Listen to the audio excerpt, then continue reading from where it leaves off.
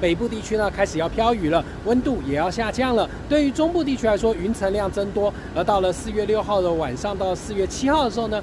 包含了连南部地区的山区的部分，云层也会增多。不过，过了台南以南到南高屏3个地方，仍然是属于一个比较多云时晴的天气。那温度呢，在礼拜5开始下降。这个周休假期要特别注意的就是在于晚上的温度状况，在北部地区会有点偏凉，因为低温的部分会在16度的低温，白天高温也只有在19到20度哦。不过以目前资料来看的话，